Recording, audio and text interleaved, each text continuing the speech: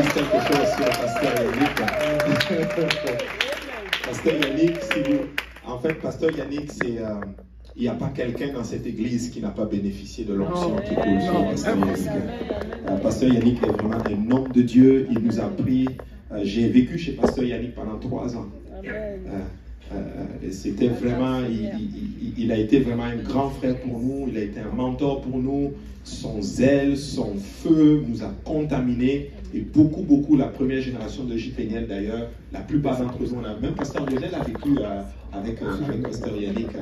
Et c'est un homme de Dieu. Si je devais vraiment trouver un mot pour le qualifier, Pasteur Yannick, c'est vraiment la constance. C'est un homme qui est décidé. Amen. C'est la constance. Il est décidé. Là, si vous pouvez venir arracher le micro, il va arracher. Ce n'est pas moi qui dois. Pasteur Yannick, c'est même pas moi qui dois l'introduire. Parce que c'est mon aîné, vraiment. Mais c'est un honneur et un privilège pour moi, Pasteur Yannick. Il est le pasteur de l'église de Ochelava. Il fait un travail extraordinaire. Moi, je l'honore beaucoup. Les enfants l'aiment beaucoup. Amen. Pasteur Yannick, que Dieu vous bénisse. Prenez votre liberté et prêchez la parole du Seigneur. Alléluia. Est-ce qu'on peut prendre le nom pour le Seigneur? Alléluia, alléluia, alléluia. Donc, bienvenue à cette conférence de l'Est. Amen. Donc, merci à Pasteur Abou pour l'introduction. Pour ceux qui ne connaissent pas Pasteur Abou, c'est vraiment le bon pasteur pour accompagner Pasteur Kaosi ici. Amen. Vous savez, nous sommes sortis du monde. Amen. Mais nous ne sommes pas, nous sommes plus du monde. Donc, chaque fois que ça chauffait à la maison, vous pouvez demander à Frère Cédric. C'est avec Pasteur Abou qu'on a arrangé les problèmes. C'est un arrangeur de problèmes. Amen. Dès qu'il y a... Vous pensez qu'on est tous saints? Vous pensez qu'on est né à l'église que... Souvent aussi c'est chaud. Hein? Souvent aussi il y a les coups de tête. Amen. Donc Dieu a bien fait de mettre Pasteur Abou au bon endroit. Amen. C'est quelqu'un qui gère bien les problèmes et qui est loin pour cela. Amen.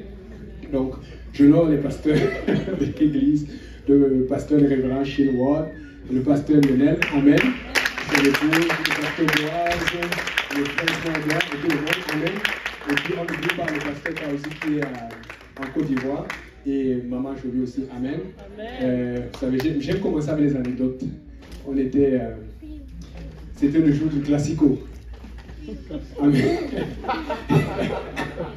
C'est ça. Quand moi, je cherchais un sujet qui va réveiller. Amen. Et comme c'est le Classico, les gens vont être réveillés. Amen. Comme ça, les gens ne s'endorment pas pendant la prédication. Donc, c'était le jour du Classico. Et puis, on va d'abord partir prendre le barbecue chez le pasteur, parce qu'il fallait me donner le piquant.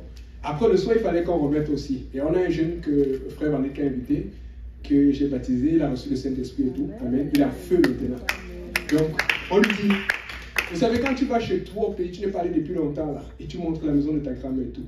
On dit, voilà la maison dont on te parlait, parce que frère Vanek et moi, on avait déjà fait la publicité chez le pasteur, chez Sœur Jolie, là où on a vécu. Fais la publicité de là où tu viens.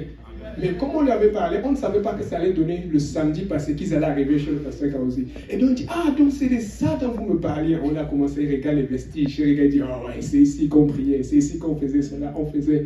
Il était content. Mais le problème, c'est que ce jour-là, il m'a donné un carton jaune. C'était lui qui était l'arbitre. Amen. Bon. David a fait un bon travail, un bon classement, un peu de recrutement. Donc il fallait un peu chauffer un peu les joueurs. Et donc je lui ai dit, quand tu habites, arbitre bien, sois strict. Il a tellement bien habité qu'il m'a donné le carton. Et là, je lui ai dit que bon, j'ai baptisé l'enfant, j'ai prié pour lui, ses parents commencent à s'inquiéter qu'il va trouver à l'église. Si on donne le carton rouge devant le stade, je vais donner quel témoignage. Amen. J'ai dit ok, j'ai seulement calmé le jeu. Amen. Donc fait que si on est calmé à la deuxième mi-temps, c'est parce que j'ai réduit la pression. J'espère que ça vous a réveillé. Amen. Amen. Et donc, le seul endroit qu'on n'a pas eu le temps de lui montrer, c'est le sous-sol chez le pasteur Kaosi. Ici, David se rappelle, c'était notre terrain de soccer. On mettait les amours au fond là-bas, avec les livres. La meilleure équipe du monde, je jouais toujours avec Yo-Yo, et lui jouait avec Jonathan. Oh mon Dieu, on a détruit ce sous-sol-là. Pasteur, pardon, c'est joli. Les travaux là, c'est à cause. Écoutez, je dis toujours ça. Le réveil commence avec ton pasteur. Si nous sommes là où nous sommes ici, c'est parce que nous avons commencé quelque part. Et il faut que tu t'en souviennes, il faut que tu le racontes, il faut que tu le partages, il faut que tu le donnes. Et ainsi de suite, les gens vont arriver. Amen. Partout où je vais, je vous dis, tous les jeunes que je suis connaissent Pasteur Grand, Pasteur Kaosi, Pasteur. Ils disent, ah, c'est qui le truc? Ils peuvent te donner un nom, leur église, là où ils vont. Parce que si tu vas faire un truc sans rappeler d'où tu viens, Dieu va te rattraper. Amen. Je dis, tous les jeunes que je suis les connaissent. Donc, tu veux la clé du réveil? Supporte ton leader. Amen. Supporte ton leader. Amen. Supporte ton leader et Dieu va ouvrir la porte. Supporte ton leader et Dieu va faire avancer les choses. Amen. Donc, on va lire dans Ézéchiel 37, verset 1 à 7. Est-ce qu'il y a un lecteur qui peut m'aider? Ou une lectrice, bien sûr. Le masculin est utilisé pour aller jouer le test. Maintenant, ici au Québec, si tu ne fais pas attention, tu peux te faire poursuivre pour avoir juste utilisé le thème masculin. Amen. Mais bon, comme je ne veux pas me faire poursuivre et que je vais être politiquement correct, est-ce qu'il y a une lectrice ou un lecteur, s'il vous plaît? Si vous pouvez me donner un micro, la personne va m'aider pendant la prédication. Oh, le pasteur Abou s'est levé avant qu'une lectrice ne se lève. Donc ne dites pas qu'on a... Amen. C'est important aujourd'hui parce que je te dis, tu arrives devant un juge, il va dire qui a parlé à quelle heure, tout. C'est très sérieux au Québec en ce moment. Moi, je vous dis, franchement. Donc, c'est à vous. Ézéchiel 37, verset 1 à 7. La parole de Dieu déclare: La main de l'Éternel fut sur moi, et l'Éternel me transporta en esprit et me déposa dans le milieu d'une vallée remplie d'ossements. Il me fit passer auprès d'eux tout autour, et voici, ils étaient fort nombreux à la surface de la vallée, et ils étaient complètement secs. Il me dit: Fils de l'homme, ces eaux pourront-ils revivre? Je répondis: Seigneur éternel, tu le sais. Il me dit: Prophétise sur ces eaux et dis-leur: ossements desséchés, écoutez la parole de l'Éternel. Ainsi parle le Seigneur, l'Éternel, à ces eaux. Voici, je vais faire entrer en vous un esprit et vous vivrez. Je vous donnerai des nerfs, je ferai croître sur vous de la chair, je vous couvrirai de peau, je mettrai en vous un esprit et vous vivrez. Et vous saurez que je suis l'Éternel. Je prophétisais selon l'ordre de l'Éternel que j'avais reçu, et comme je prophétisais, il y eut un bruit, et voici, il se fit un mouvement, et les eaux s'approchèrent les uns des autres. Amen. Est-ce que tu peux juste relire le verset 7? Verset 7, je prophétisais selon l'ordre que j'avais reçu, et comme je prophétisais, il y eut un bruit, et voici, il se fit un mouvement, et les eaux s'approchèrent les uns des autres. Regarde ton voisin, tu dis prophétise selon l'ordre que tu as reçu. Nous aimons beaucoup prophétiser selon notre ordre à nous. Amen. Alléluia. Donc, ça, c'est un message que j'ai préparé, que Dieu m'a donné. Je devais prêcher ça au Schlagan, et puis je n'ai jamais pu. Là, j'ai prêché ça à Laval, j'ai prêché ça à l'étude du lundi, et puis le Seigneur m'a dit, fais ça ici aujourd'hui. Amen. Donc, je vais obéir au Seigneur. Aujourd'hui, on va donc parler, comme le thème de la conférence est poursuivre, on va dire poursuivre et prophétiser, et cela arrive. Nous allons beaucoup prophétiser, mais est-ce qu'on n'est pas fatigué que chaque fois on prophétise sur ta vie et tu ne vois rien? Ou que toi-même tu prophétises et tu es là, tu prophétises, mais tu n'es pas sûr? Nous allons voir comment prophétiser et que cela arrive. Amen. Si le pasteur Abou peut prier.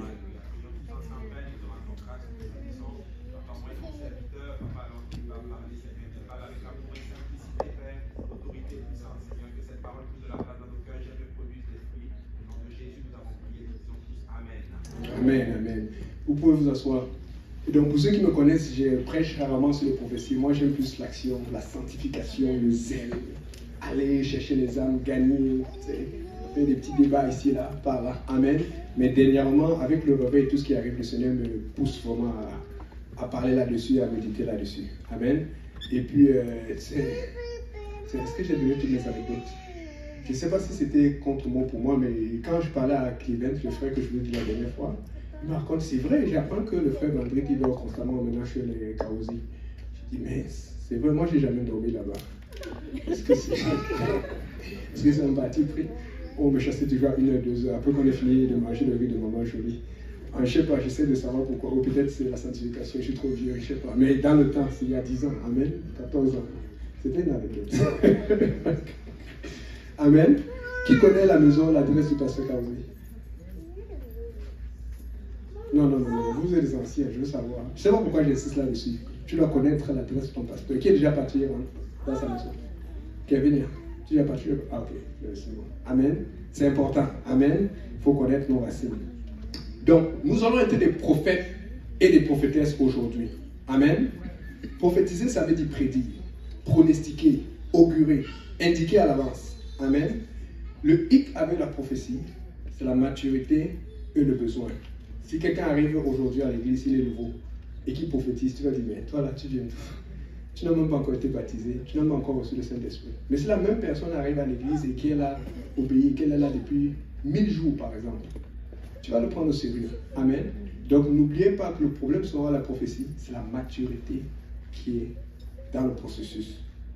Donc là, alors, pour bien prophétiser, ça c'est un conseil, une forte recommandation de ma petite expérience que j'ai avec Dieu. Il faut d'abord connaître le besoin de Dieu. 2 Pierre 3, verset 9.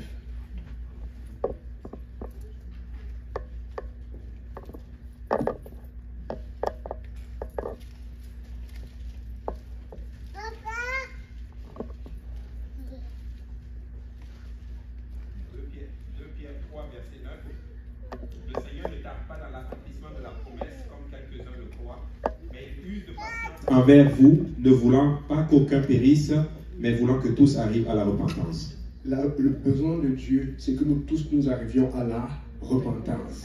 Des fois, nous ne sommes pas en train de prophétiser de la bonne façon parce que nous voulons juste nos besoins. Est-ce que tu es bloqué? Est-ce que tu es chargé? Est-ce que tu es stimulé? Est-ce que tu es effrayé? Est-ce que tu sens le besoin de Dieu dans ta vie? Amen. Deuxième chose, quel est le besoin de Dieu pour nous? Deutéronome 30, verset 19, 20. 19 et 20. On va beaucoup lire. Pasteur Abou m'a dit que c'est l'enseignement, donc il va enseigner. Amen. Deutéronome 30, verset 19. J'en prends aujourd'hui à témoin contre vous le ciel et la terre.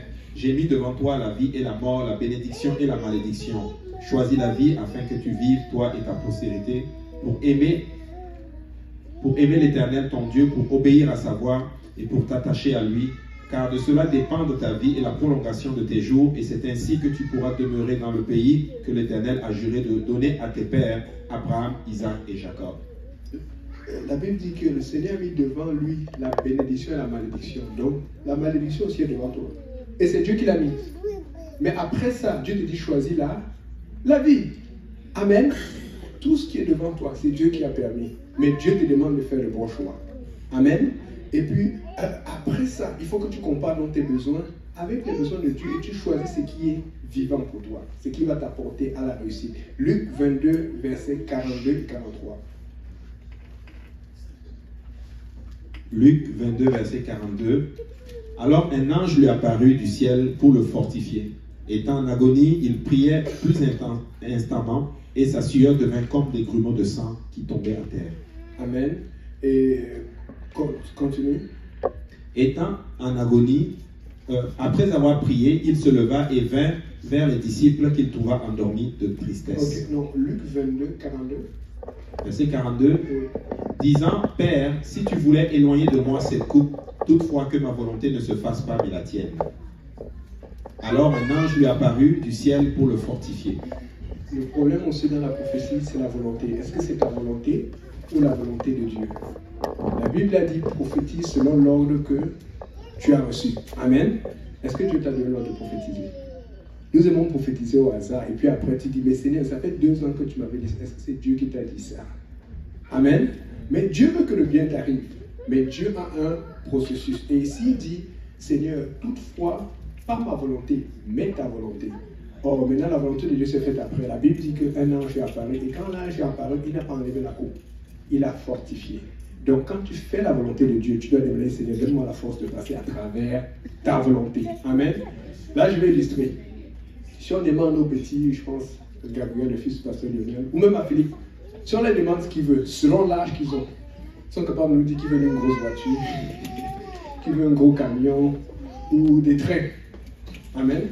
Mais ils ne comprennent pas que ça prend un permis de conduire, ça prend, c'est un peu comme le bus de l'église, ça prend un permis spécial pour conduire les gens. Pour eux, c'est parce que c'est imaginatif, c'est ce qu'ils voudraient là maintenant. Amen. Mais si tu grandis un petit peu peut-être à rue de Conan, un petit dit qu'il y avait un gros magasin de shopping, tu sais. J'attrape souvent les filles en train de parler, oh là, les soeurs là, m'ont dit, elles sont jeunes, mais hey, elles prophétisent sur la vie. Un jour, pardonnez-moi, un jour, je les ai attrapés en train de parler avec les filles du pasteur Lionel. Elles étaient en train de faire les plans, comment ils vont chanter dans la chorale plus grande. J'ai dit, ça c'est une affaire il y a 2 ou 3 ans. Après, je me filmais, c'était en train de chanter entre elles. Mais elles étaient en train de dire, ok, moi je vais ici là. Elle parlait d'alto, je ne sais pas, le coco, toto. Je ne m'y connais pas dans les chants. Amen. Mais elle parlait de ces choses-là. Et elle planifiait. Pasteur Lionel, attendez, vous allez voir. Et ça vient vite. Elle dit que nous, on est trop petits. Ah, prenez le temps pour grandir, le temps passe vite. Donc, mais si on grandit un peu, si on va dans les jeunes adultes comme ça, si on va demander peut-être un David Carosi comme ça, là, il va te dire qu'il veut de l'argent. Amen. Tout le monde veut de l'argent. Amen. Tu vas demander à un autre jeune adulte, Yvonne Lee, par exemple, va te dire, bon, j'ai un projet comme il est fort dans la construction, j'ai peut-être besoin d'un financement de la banque, ou peut-être j'ai besoin de ça. Là, il va te dire peut-être que je veux un problème de famille, ou même mariage. Amen. Mais si tu vas plus loin et tu commences à demander aux parents, et que tu demandes des requêtes de prière, il y a certains parents, la première requête, ça va être la santé. L'argent va venir après. La santé, donc tu vois, selon l'âge de la personne, le besoin est différent. C'est pour ça qu'il faut d'abord connaître quel est le besoin de Dieu pour toi. Mais on sait que la santé est plus importante parce que si tu n'es pas en santé, comment est-ce que tu vas profiter de l'argent? Si tu n'es pas en santé, comment est-ce que tu vas pouvoir te réjouir de ce que tu veux aussi d'autre de la part du Seigneur? Amen. Voilà pourquoi on ne peut pas juste prophétiser n'importe comment. Il faut une maturité spirituelle pour prophétiser. Donc si tu es dans l'église et que tu ne grandis pas et que tu le connais, commence à grandir parce que sinon tu ne vas jamais pouvoir prophétiser.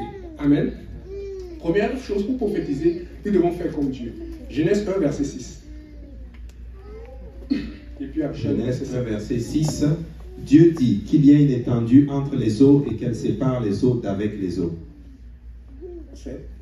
Et Dieu fit l'étendue, il sépara les eaux qui sont au-dessous de l'étendue d'avec les eaux qui sont au-dessus de l'étendue, et cela fut ainsi. Ok, je vais paraphraser cela. Si vous remarquez, ça se répète dans tout Genèse.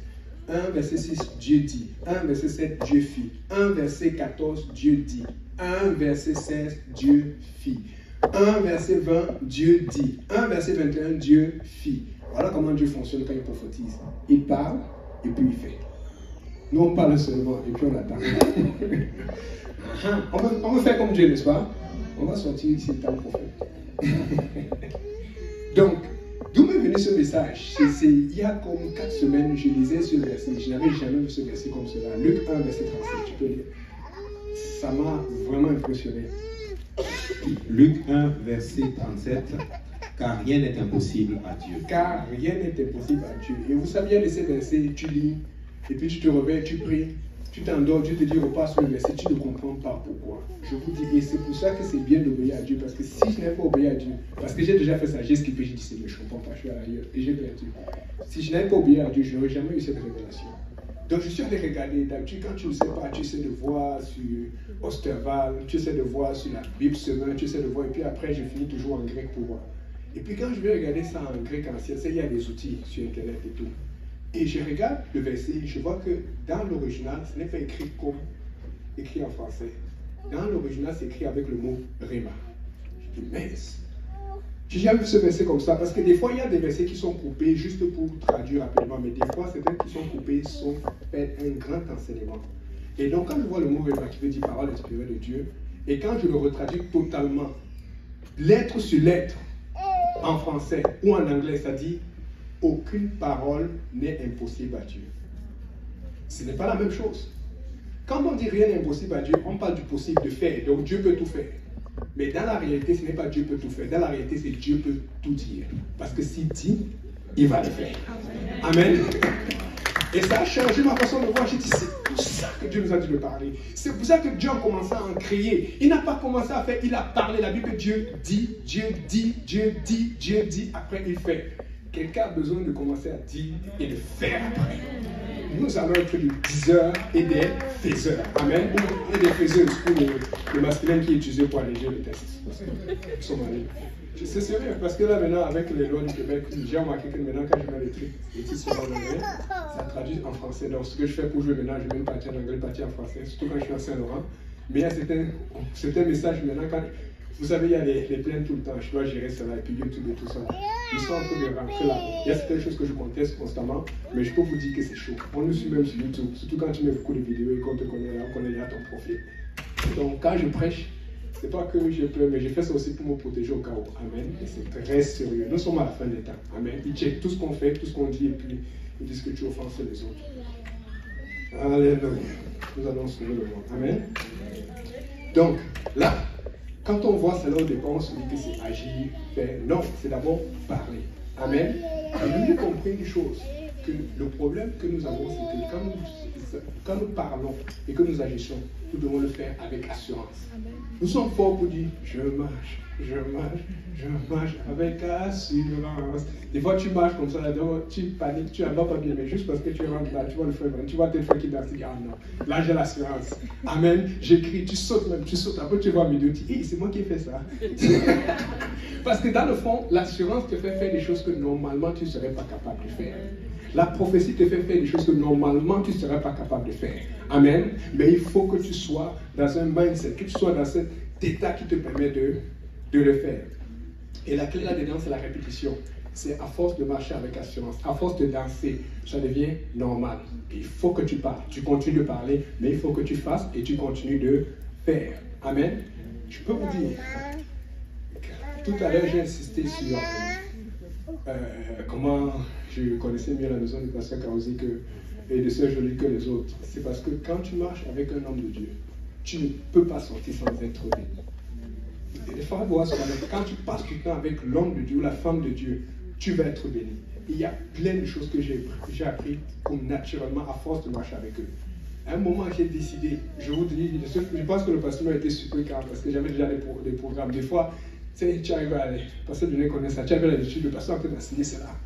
Tu dis, mais pasteur, dis-lui ça, il y a le verset là et tout, le pasteur prend son temps, mais tu comprends pas sa stratégie, tu vois un peu. J'ai dit, Seigneur, attends, quand je vais commencer mes études, quand je vais commencer, je vais faire ça. Mais je vous promets, j'ai dit cela et je les ai fait. Et tout ce que j'ai demandé à Dieu, je vous promets, c'est arrivé. Et quand ce n'est pas arrivé, Dieu a pourvu autre chose ou autrement. Je vous dis, il n'y a rien qui n'est impossible à Dieu. Ou je dis, il n'y a aucune parole qui n'est impossible à Dieu. Nous ne prenons pas Dieu au sérieux. Si nous prenons Dieu au sérieux, c'est pourquoi est-ce que telle personne sur la position arrive, non, toi tu es toujours en train d'attendre. Prends Dieu au sérieux parce que ces choses se font. Ces choses se font. Amen. Donc, là, Ézéchiel 37, maintenant 7 et 8.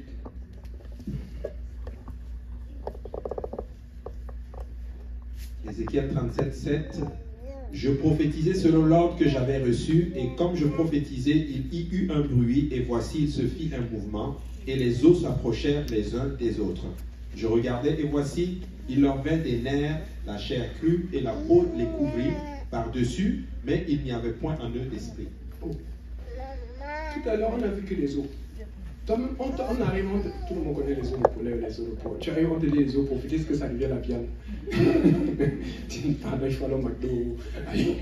On te dit prophétise. Mais là, maintenant, il regarde. C'est Dieu qui dit, fils de l'homme, prophétise. Et il a fait selon ce que Dieu te donne. Dieu te donne un ordre de prophétiser. Mais maintenant, c'est à toi de dire, Seigneur, sur quoi je dois prophétiser. Il y a quelque chose que Dieu veut que tu fasses pour l'Église. Il y a quelque chose que Dieu veut que tu fasses pour ta famille. Si tu prophétises cela aujourd'hui, ta bénédiction va commencer. Parce que quand nous venons d'abord prophétiser sur nos besoins. Il faut que tu prennes en charge le fardeau que Dieu va te donner aujourd'hui.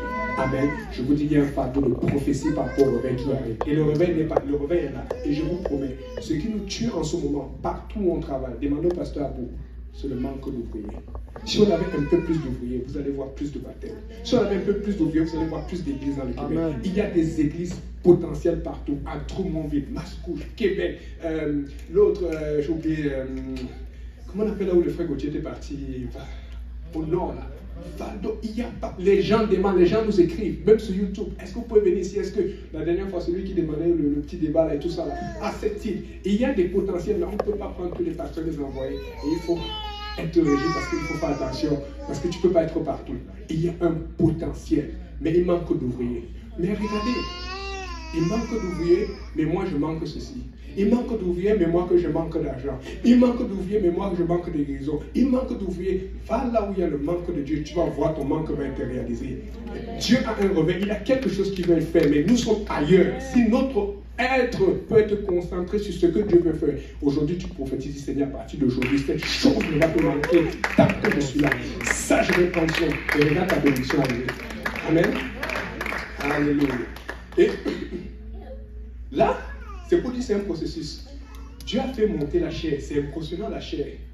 Mais quand tu vois un animal mort, la Bible dit que mieux vaut un chien vivant qu'un lion mort.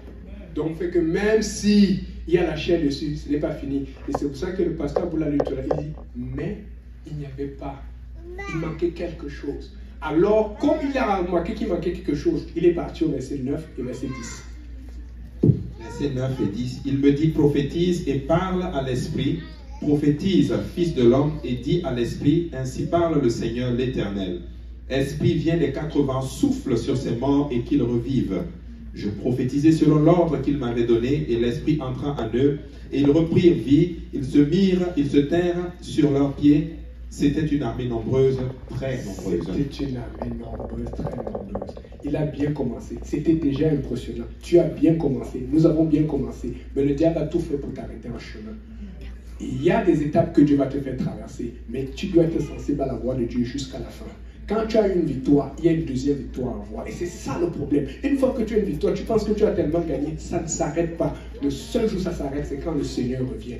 Moi, j'ai décidé, je vous dis, aussi longtemps que le Seigneur ne revient pas, je vais toujours être en train de travailler pour les âmes. Il faut que quelqu'un se décide. Mais je vous promets, alors que tu te décides, alors que tu prophétises sur ta vie, tu vas voir Dieu va arriver les choses dont tu as besoin dans le processus, mais ne sors pas du processus, parce qu'il y a un besoin criant pour les ouvriers, il y a un besoin criant pour les saluts des âmes qui meurent chaque jour.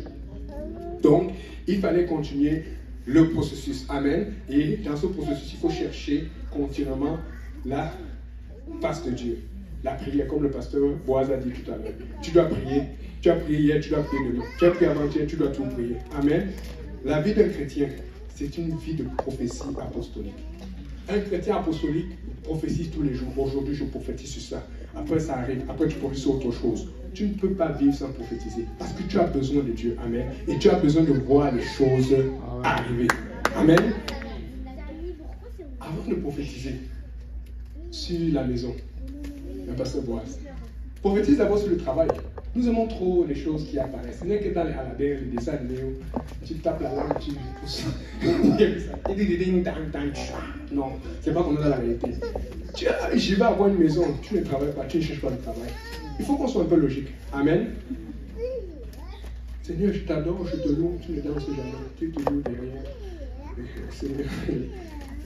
Avant de prophétiser sur un achat important, prophétise d'abord pour régler toutes tes dettes. Écoutez, je suis pasteur, ok, et avec pasteur, on me protège beaucoup de situations. Mais ce sont des choses qu'on vit dans l'église anglaise. Il y a des gens qui sont en train de vouloir acheter la maison, mais ils n'ont pas réglé avec les dettes. Il y a des gens qui sont en train, ce n'est pas dans cette église, ce n'est pas vous. C'est peut-être les gens en ligne ou ailleurs, amen. Mais nous aussi, on ne fait pas ça, amen. Ils sont là, ils sont dit, je vais avoir la maison, je vais avoir tel, je vais avoir tel, je vais me marier, mais il y a plein de choses qui n'ont pas encore été réglées. Prophétise d'abord pas les choses élémentaires. Prophétise pas les choses qui commencent. Amen. Je vous dis, on ne fait pas ça dans cette église. Il y a beaucoup d'églises où ils font ça. Alléluia. En bon entendeur, salut. Tu dois prophétiser. Sois en règle avec Dieu. Est-ce que tu es sauvé? Si tu es sauvé, est-ce que tu persévères? Si tu as prophétisé, ça c'est important. Participe dans l'église. Est-ce que tu connais les programmes de l'église? Est-ce que tu connais les activités de l'église? Tu es toujours là, moi. Et qu'est-ce que tu penses de Dieu? Qu'est-ce que tu penses des âmes? Est-ce qu'on peut lire Agé 1, verset 2 à 11? Agé 1, verset 2 à 11. Ainsi parle l'Éternel des armées. Ce peuple dit, le temps n'est pas venu, le temps de rebâtir la maison de l'Éternel. C'est pourquoi la parole de l'Éternel leur fut adressée par Agé le prophète en ces mots. Est-ce le temps pour vous d'habiter vos demeures l'empressées quand cette maison est détruite? Ainsi parle maintenant l'Éternel des armées. Considérez attentivement vos voies. Vous semez beaucoup et vous recueillez peu. Vous mangez et vous n'êtes pas rassasiés. Vous buvez et vous n'êtes pas désaltérés. Vous êtes vêtus et vous n'avez pas chaud. Le salaire de celui qui est à gage tombe dans un sac percé. Ainsi parle l'Éternel des armées. Considérez attentivement vos voies. Montez sur la montagne, apportez du bois et bâtissez la maison. J'en aurai de la joie et je serai glorifié, dit l'Éternel. Vous comptiez sur beaucoup et voici vous avez eu peu. Vous l'avez rentré chez vous, mais j'ai soufflé dessus. Pourquoi, dit l'Éternel des armées, à cause de ma maison qui est détruite, tandis que vous vous empressez chacun pour sa maison. C'est pourquoi les cieux vous ont refusé la rosée et la terre a refusé ses produits. J'ai appelé la sécheresse sur le pays, sur les montagnes, sur le blé, sur le mou, sur l'huile, sur ce que la terre peut rapporter, sur les hommes et sur les bêtes et sur tout le travail des mains. Amen. Dieu le dit clairement. Des fois, on se dit non, c'est pas clair. Il dit parce que vous vous empressez pour votre maison. et ma maison est détruite. Je vous dis, ça fait quoi? Parce qu'à 16 ans, 17 ans, qu'on est à l'église, qu'on est avec Pasteur Kaozi, on a juste mis la priorité sur Dieu. Mais je peux vous dire qu'on est béni. Écoutez, Dieu m'a béni. Et je le dis toujours avec toute humilité. Je ne sais pas une seule chose que j'ai demandé à Dieu, il m'a donné. Parce que si tu fais ce qui est dans le cœur de Dieu, si tu fais ce qui touche le cœur de Dieu, Dieu va te donner ce qui touche ton cœur. Amen. Qu'est-ce que tu as besoin d'argent? Dieu en a beaucoup. C'est là où on lutte maintenant, c'est le temps. Il faut avoir le temps de faire ça, le temps de faire ça, le temps de faire ça. Mais même la gestion du temps, Dieu peut te le donner si tes priorités sont au bon endroit. Il dit, vous avez sémé beaucoup, donc tu as investi, tu attendais beaucoup. Rien n'est arrivé, ou c'est peu que tu as récolté. C'est parce que tu as investi du mauvais côté. Or, dans ce temps, la maison de Dieu, c'était le temple de l'Éternel. Aujourd'hui, la maison de Dieu, c'est l'église. Je suis content avec Pasteur Abou, je suis fâché par Pasteur Abou. Moi, je vais être à l'église. Je vais être à l'église. Je vais faire du ministère. Demandez au Pasteur Kaozi qui va venir, il va dire, moi, de tous ces enfants, hein, Pasteur Abou, je suis le plus casse-tête avec Pasteur Kaozi. Mais Nemboto, il est là, l'étude de lundi, je suis là. Il y a un voyage aux États-Unis, je suis là. Je vais l'appeler Pasteur. Comment on fait pour le voyage? Arrêtez, c'est le diable qui vient distraire dans l'église. Quel que soit le problème, sois là. Alléluia. Sois là. Amen. Quelle que soit la situation. Les seuls moments où je rentre les vêtements de prier à l'église, c'est quand on envoie les pasteurs Kaozi. Tu sais, j'aurais aimé être en Côte d'Ivoire, mais c'est difficile. Et des fois, là, j'aimerais l'accompagner. Je sais que bientôt, d'ici l'année prochaine, parce qu'il faut qu'on aille au Congo. Amen. Déjà comme ça, parle de ça, pasteur Kaozi. Mais il y a tellement à faire. Il y a tellement à faire. Mais il y a aussi tellement à faire parce que peu de gens travaillent. Le petit truc que tu peux faire, que tu peux ajouter de plus, qui va te prendre un peu plus de temps, un peu plus d'énergie, c'est peut-être ça qui va libérer le pasteur Kaozi. C'est peut-être ça qui va libérer tel autre. Il y a un travail à faire. Il y aura toujours des problèmes. Mais il faut que tu sois là, au bon endroit. Il faut que tu sois en train de travailler. Amen. Donc, là, il faut être en règle. Et il faut être en règle avec toi parce que le diable veut tuer ton témoignage aussi. Psaume 101, verset 3.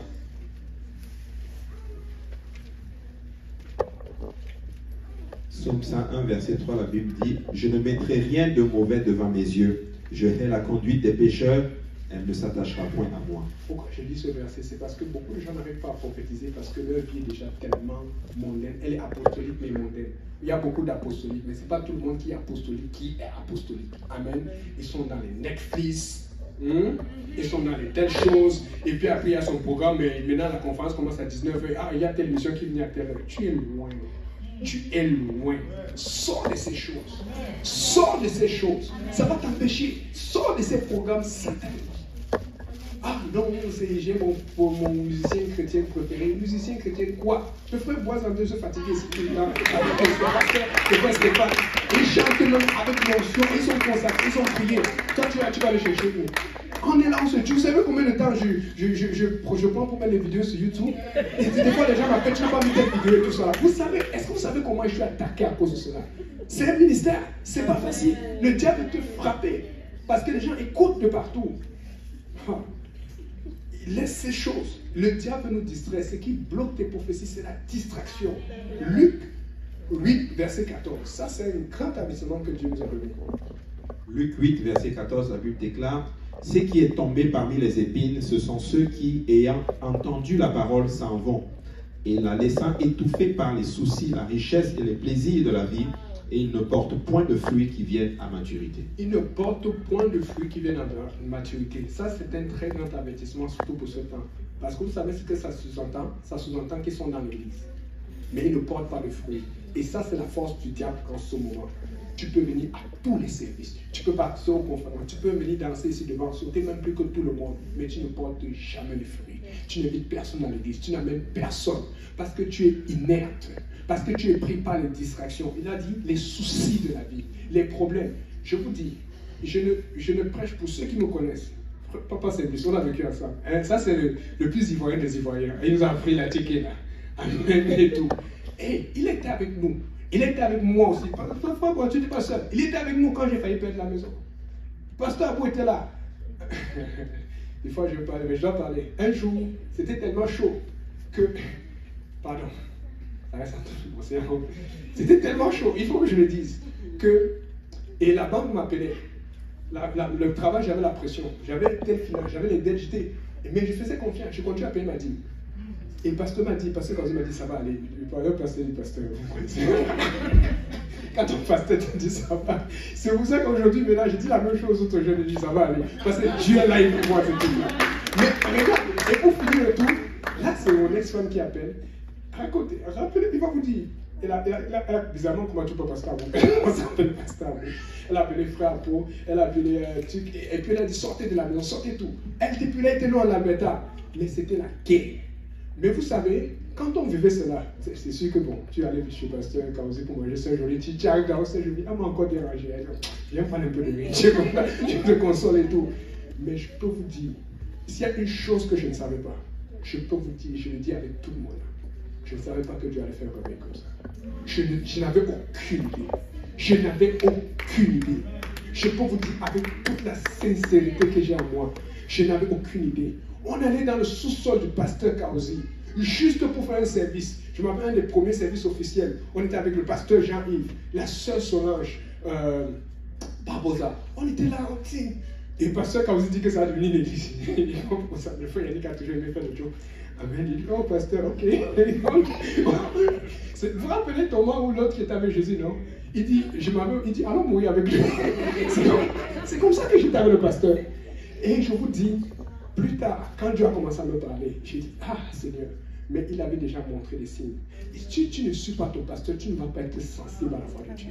Suis-le autant qu'il faudrait, qu'il va commencer à te parler. Et maintenant je vois parce que quand ce pasteur fait ça, frère Yannick, calme-toi. Parce que je vais faire ça, frère Yannick. Parce que l'esprit du réveil va t'agiter. Il faut que cet esprit du réveil vienne avec cet esprit prophétique qui va être prophétisé ici aujourd'hui. Nous ne pouvons pas manquer ce réveil. Et si nous manquons, nous allons passer à côté de quelque chose d'important. Oh Seigneur.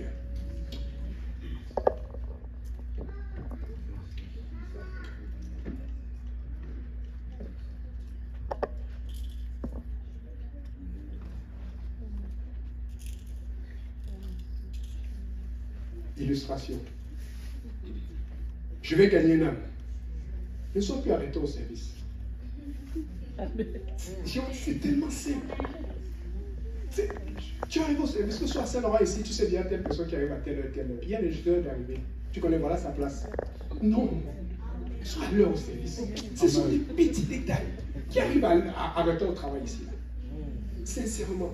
C'est la même chose. C'est que j'ai peiné, soit je suis dérangé parce que je suis avec à tout point 3-4 personnes avec vendu de son ami. Il dit toujours de m'appeler, aller chercher ici. Et puis je commence à regarder en ligne, je vois il n'y a personne. Le frère David est là, tout le prix. J'ai dit, mais c'est pas possible. Vous voulez dire qu'ils ne savaient pas. Ils savent depuis une semaine qu'il y a service. Mais ils arrivent quand même en retard. Prenons la maison de Dieu au sérieux. Non, sincèrement, ce sont des petits détails comme ça. Et puis après, tu vas encore prier, Seigneur, oh, j'ai mon cœur, tu me fais, je t'attends depuis. Tu attends quoi? Arrive à l'heure, au service. C'est tellement simple. Je vous dis, ces choses-là, ça bloque les prophéties. Ne prenez pas ça à la légère. Si tu prends la maison de Dieu au sérieux, tu vas arriver à l'heure. Arrive à l'heure chaque service. Amen. Oh, il faut que tu connaisses ce programme. Et il faut que tu travailles avec ceux qui... Il y a toujours des gens qui produisent. Tu vas te voir. Va les voir. Ah, comment tu fais? Est-ce que je peux t'aider? Va, tu vas voir. Et c'est ça qui est dangereux parce que quand tu dis que tu vas les aider, ils vont dire que je sais avec quoi t'aider. Mais je vous dis, quand tu as un fardeau, le fardeau de quelqu'un et que ça te pousse, le fardeau attire la bénédiction. Le fardeau attire la bénédiction. Fais le suivi avec quelqu'un. Et sois patient parce que ça va te payer. Je me rappelle, il y avait une anecdote, ça c'est la sœur Nancy. Le premier jour qu'on devait l'inviter à l'église, ça c'est la sœur Chamera qui l'avait. Parce qu'il n'a même jamais payé pour ça. On travaillait. Mais lui c'était en feu, c'est lui qui avait invité la sœur Aurélie, la femme du frère Gauthier. On était. Et il fallait voir qu'elle est invitée. On a fait un pasteur, on a travaillé, on avait une liste avec les noms des frères, on avait une liste avec les noms des sœurs. Parce que c'est que les femmes, on peut les appeler n'importe comment, mais si on ne pouvait pas appeler, il fallait faire attention. Le lundi, c'est moi qui appelle le temps pour qu'elle dise que on était organisé. Hein. On n'a pas appris ça dans l'église, on a appris ça dans le monde. Donc, il y a aussi des talents qu'on a mis au service du Seigneur. Amen. Ça, donc, on me donne le numéro de la sœur Nancy. Je dis, sœur Nancy, je veux passer te prendre à telle heure. Elle dit, ok. Elle a donné la confirmation. Il n'y a jamais eu de confirmation. Parce qu'à ce moment-là, quand les âmes venaient, surtout qu'on était juste les gars, il n'y a pas beaucoup de sœurs. On dit, non. Il y a un moment, il n'y avait que des gars. C'était trop. Et donc, j'arrive, j'attends, je dis que je suis là. Il dit, quoi? Il ne m'a pas me dire ça. Qu'est-ce que l'église ça? Je dis, non, c'est pas grave, prends ton temps, je vais attendre. Il faut qu'on ait cet esprit-là. Là où tu veux tellement gagner l'âme. Amen. Regardez le frère, il est content avec 4 beaux enfants. Amen. Il commence à me connaître chaque fois. Amen. Que les faux signes ils sont rentrés le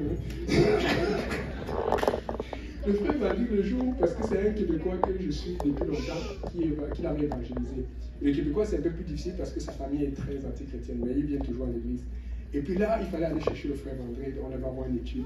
Et puis le jour où il est venu, il a eu tellement de choses, le bus s'est arrêté, les choses sont tombées sur lui, il a failli avoir un accident. Et pour finir, il m'appelle pour dire que non, c'est compliqué, il annule. Le jour-là, il dit attends, il était à 15-20 minutes. J'ai pris ma voiture, j'ai accéléré, je suis allé le chercher loin à l'autre bout.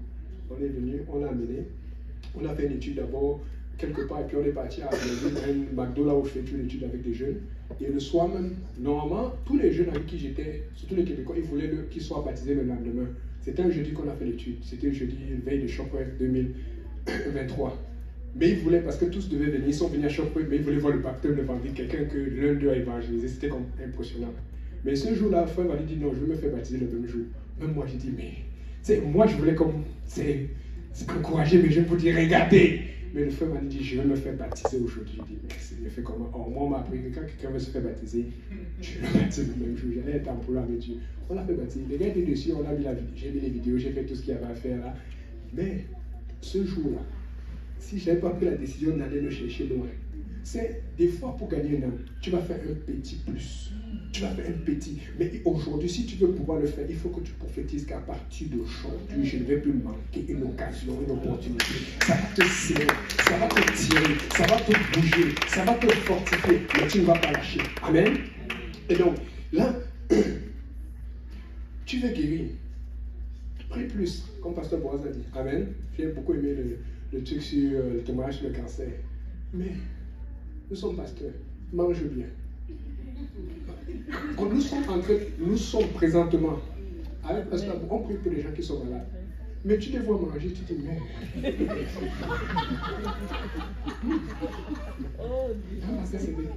Ils se disent comment on fait pour jouer encore au soccer. C'est ça, c'est notre meilleur jeu de soccer. Mais ils pensent que nous, on arrive là, on prend soin de nous. Il a prié pour moi à la guérison, j'ai des problèmes, j'ai des douleurs ici. Mais il mange, tu sais pas si tu peux le prêcher sur la nourriture.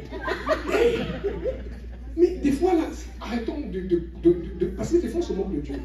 Tu vas aller à l'église, tu es en retard. Maintenant, tu veux que tu guéris, mais tu manges, et tu manges ces choses.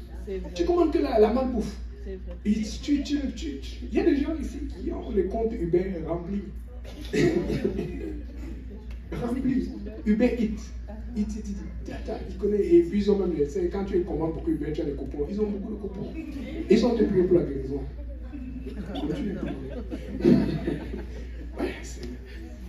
Fais le sport. Bouge. Est-ce que vous savez combien on dépense pour s'occuper de nous? Ça, on prend soin.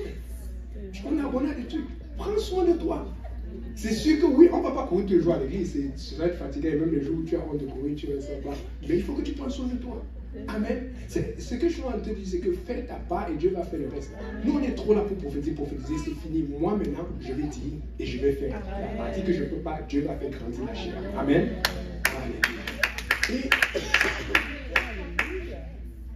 un truc que j'apporte comme recommandation, que j'ai suivi jusqu'à présent, depuis que je suis à l'église, à part des voyages apostoliques, je n'ai jamais manqué de veillée de prière. Tout le monde est témoin.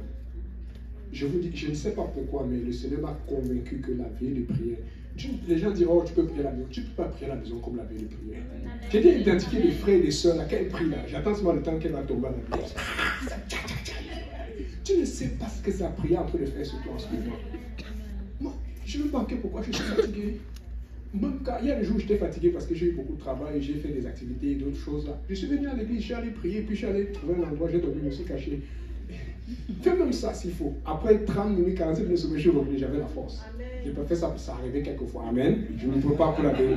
Parce que c'est ma responsabilité. Demandez au frère, chaque fois qu'il a veillé, ah, il y a telle personne à faire d'études. Je dis non, on annule. Parce qu'il faut toujours dormir avant la veillée. Je ne sais pas pour vous, ne ratez aucune veillée de prière. C'est un rassemblement de chrétiens pour changer le monde. Ça agit jusqu'au ciel. La Bible dit dans Apocalypse 8 quelque chose que je vis la fumée de la prière des saints qui venaient devant le trône de Dieu. Et quand on a lancé l'ensemble dessus, c'était des tonnerres. Donc, ce qui veut dire que les tonnerres et le bruit a commencé au ciel parce que les prières montaient. Donc, quand les prières ne montent pas, il n'y a pas d'action au ciel. Et on dit, l'autel qui est devant le trône de Dieu, c'est bien positionné, un peu comme l'autel dans le plan du tabernacle. La Bible dit bien l'autel qui est devant le trône de l'Éternel. Ce qui veut dire que s'il n'y a pas de feu, s'il n'y a pas d'action devant Dieu, c'est parce que tu ne fais pas d'action sur la terre. Quand tu pries, tu provoques l'action au ciel. Quand tu pries, les anges disent, ah, encore la sœur là, encore le frère là. Amen. Ne manque plus jamais une veillée de prière. Amen. Quelqu'un doit prophétiser aujourd'hui. Veillée de prière, c'est à moi, c'est pas veillée de prière. Amen. Bon, l'autre sujet. Je vais me marier. Sois avec le pasteur. Ne sois pas dans toujours les potins gipéniennes. En tout cas, vous savez de quoi on parle. Amen. En musique. Est-ce qu'il y a un pianiste là? Parce que j'achète déjà là. Ouais. On n'a pas beaucoup de... Ah oui. Ouais, on a dû chercher un jeune pianiste. Amen. On a besoin. Peut-être quelqu'un doit prophétiser pour jouer au piano aujourd'hui. Pour aider le petit Samuel Ivy. Amen.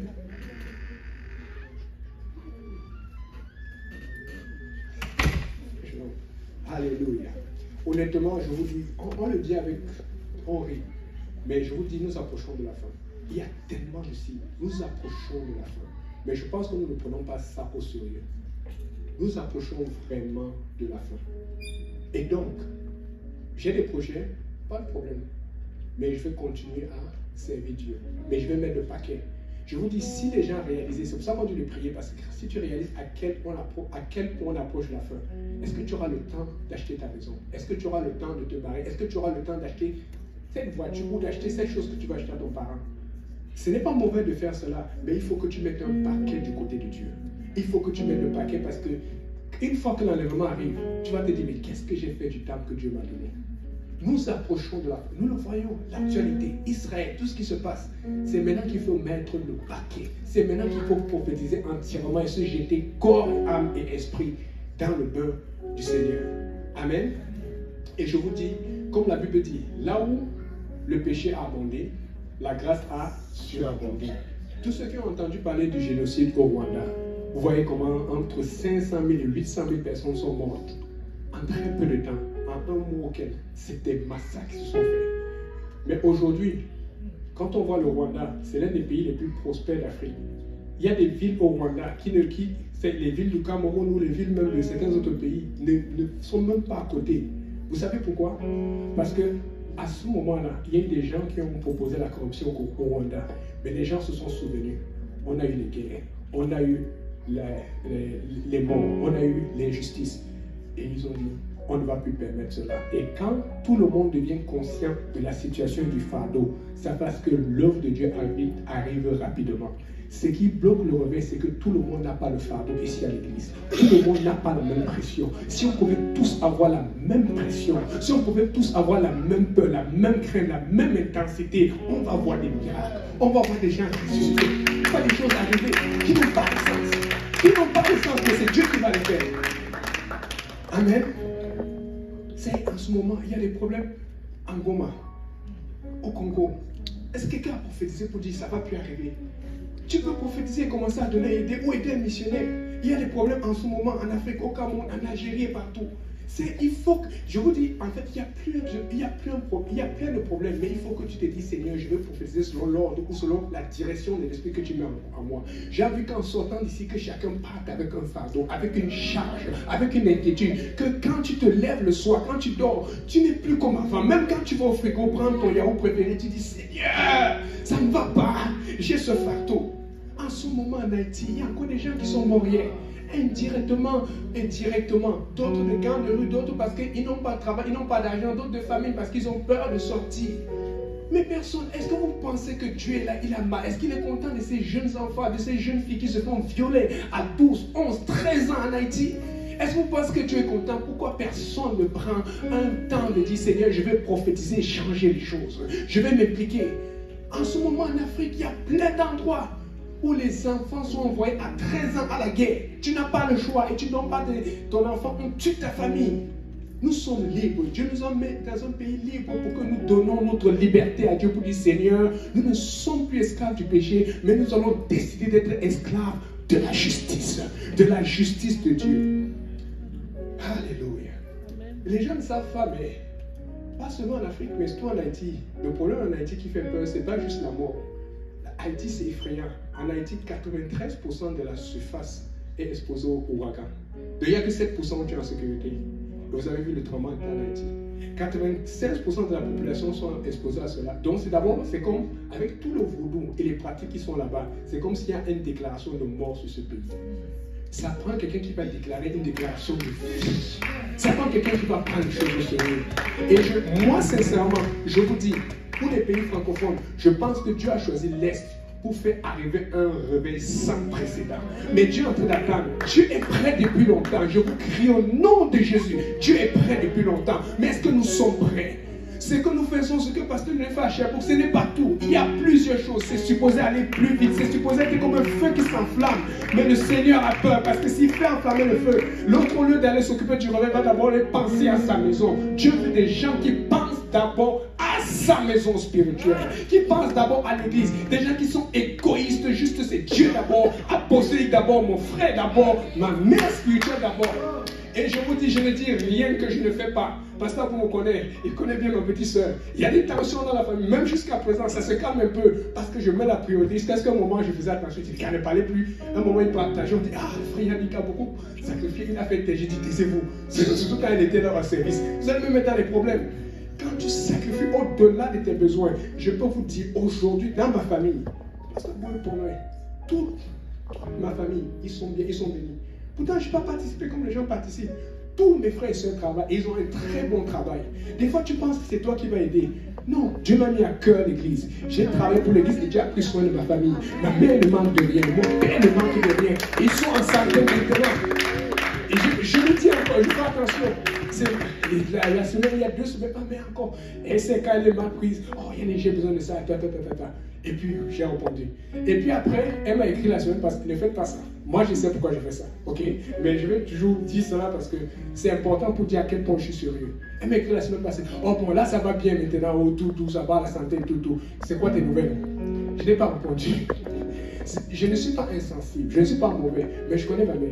Tu commences à répondre, ça va pas finir. Mais depuis on ne te voit pas, tu te maries quand? Tu fais ça quand c'est parce que je suis tellement pris, enflammé par le désir des âmes, que je sais que s'il y a un problème, je vais régler, mais il y a des choses que je vais mettre de côté parce que pour moi, ça va être une distraction. J'ai envie que nous ayons ce feu. Écoutez, le réveil qu'il y a dehors là, ça dépend de chacun d'entre nous. Si on peut se décider, se mettre ensemble. Amen. Si on peut se décider et se mettre ensemble. Et puis les gens pensent, et il y a des gens qui disent Yannick, tu es conscient, tu ne vas jamais à l'hôpital. Je voulais répondre à cela.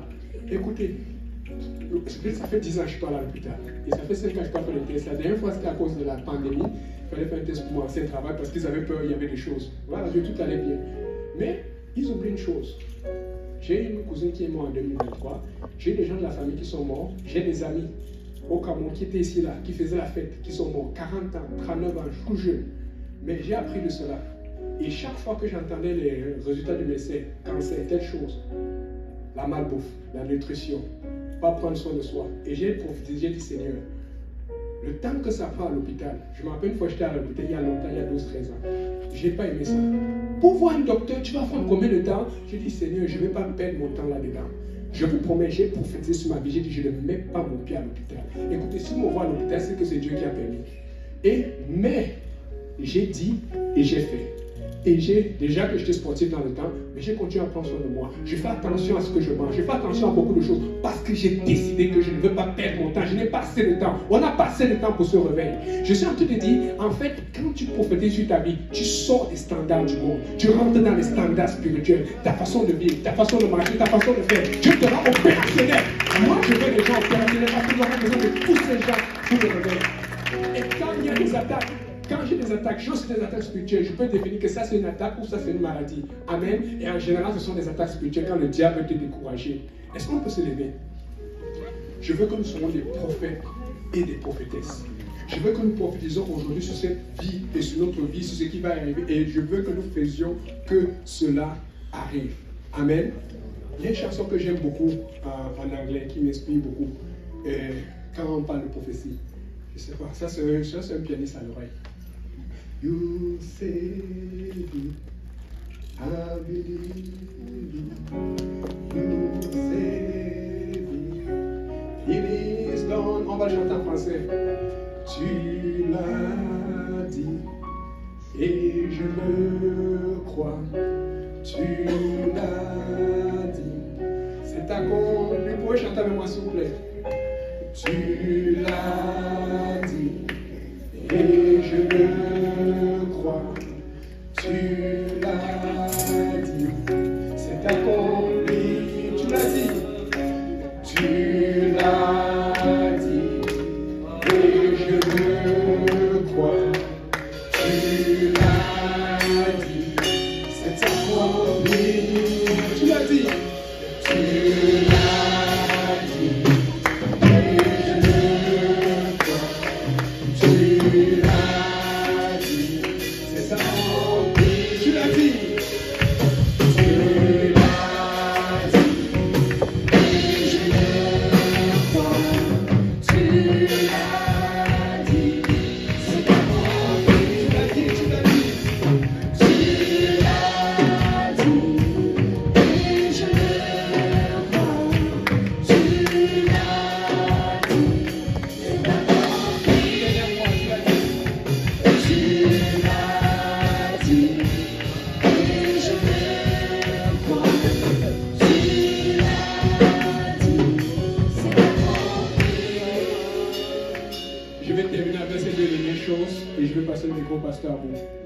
Il y a une chose qui m'a toujours aidé, parce que quand tu es un pasteur, tu dois être libéré.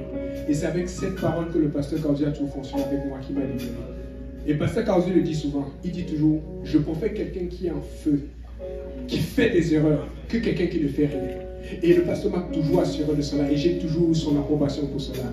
Et c'est pour ça que j'ai été en feu. Mais j'ai cassé la tête du pasteur, il va vous dire. Mais n'empêche que ça m'a permis d'avoir des victoires. Tu as besoin du feu. N'aie pas peur de l'erreur. Fonce. Tu as besoin du feu. Nous sommes vaincus dans le feu. Et là, un jour, nous sommes à Saint-Laurent, avec Pasteur Abou, dans le temps, c'est à Saint-Laurent seulement qu'on allait, après l'Est. Et puis, on prêche. Parce que des fois, tu vois des exemples, juste répète-les. Et puis, c'était la fois où on disait que le pasteur Jean et la sœur Solange, ils avaient invité quelqu'un par Kijiji. Ma tête a chauffé, j'ai dit, hé, donc par Kijiji aussi. Chaque fois que je voyais quelque chose. Voilà pourquoi j'aime beaucoup le ministère, Pasteur Pierre, aux études bibliques, Sœur Sarah, mon désir, Sœur Gachelène, tous ces gens-là qui font les études. Parce que j'ai essayé, ça va. Et quand je vois quelque chose, je vais toujours essayer la même chose. Amen. Elles font du bon travail. Et il faut, si tu vois, fais quelque chose, fais dans ton ministère, fais quelque part. Et donc, j'ai dit Kijiji. Ok, j'ai continué à faire ce que je faisais, j'ai continué à faire mes plans, mais j'ai continué aussi à suivre Kijiji. Parce que Kijiji pour moi c'était pour acheter, pour vendre. Et si vous voyez mon compte, j'en achète. Et bon, j'ai vendu, mais pas beaucoup, mais j'achète beaucoup Kijiji. Mais là c'est Facebook Market. Amen. Alléluia. Et puis un jour, je vois un jeune, il dit coup de tennis. Ah. Et puis je prends un coup, je prends le contact et tout. Finalement, sa fonction, on s'est rencontrés. Et jusqu'à aujourd'hui, on se connaît. Et c'est lui qui a invité le jeune Québécois, le jeune Québécois que j'ai baptisé, qui a invité aussi Vendry. J'ai écouté quelqu'un qui a fait quelque chose que j'ai dit, Seigneur, je vais faire la même chose. Et aujourd'hui, le nombre de gens que je suis. Et puis juste vous dire, demain, c'est tellement sérieux que non seulement sa famille est affectée, sa fille veut se faire baptiser, mais son père ne veut pas. Demain, on a un défi. Comme ils me connaissent pour M. Crêpe. Demain, on a un concours de crêpes. Il va faire des crêpes, je vais faire des crêpes. Mais il va amener tous ses amis. Écoutez, tu entends ce qui se fait. Tu entends. Dis-le et fais-le. Répète-le. On dit toujours chercher des idées. Regarde ce qui se fait et fais la même chose. Moi, je ne veux pas manquer ce réveil. Alors que le Seigneur peut le réveiller, Seigneur, fais avec moi. Je ne peux pas manquer ce réveil. Et je vais prophétiser sur ma vie. Aidez-moi là-bas, Seigneur. Je prie que nous soyons des prophétesses et des prophètes ici. Je prie que nous prophétisons la vie, que nous prophétisons la vérité, que nous prophétisons le succès, Seigneur. Nous allons croire. Nous allons agir. Nous allons faire croire. C'est pasteur de nous. Alléluia, Seigneur Jésus. Nous allons avoir du succès. Nous allons dire et le Père, et cela va arriver au nom de Jésus. Alléluia, alléluia, alléluia. Est-ce qu'il y a des prophètes et des prophétesses? Alléluia, on va baptiser ce matin. Alléluia. Alléluia. Gloire à Dieu, je prophétise sur ma vie. Amen. Je prophétise que je vais servir le Seigneur. Amen. Alléluia, alléluia. Gloire au nom de Jésus. Waouh. Waouh, waouh, waouh. Quelle parole extraordinaire de la part du Seigneur. Alléluia. Waouh, waouh, waouh, waouh. L'Esprit du Seigneur est vraiment sur le pasteur Yannick. Alléluia, le pasteur Boaz aussi. Écoutez, c'est fort ce que l'Esprit est en train de dire à l'Église aujourd'hui. Amen. Alléluia. Moi, je veux que ces prophéties s'accomplissent dans ma vie. Wow. Je n'avais jamais vu ça comme ça. Tu dis et tu fais. Amen. Par exemple, je vous donne un exemple. Je prophétise que ce carton va être ici. Vous êtes d'accord avec tout moi que si je reste, ça ne va pas sauter et venir là.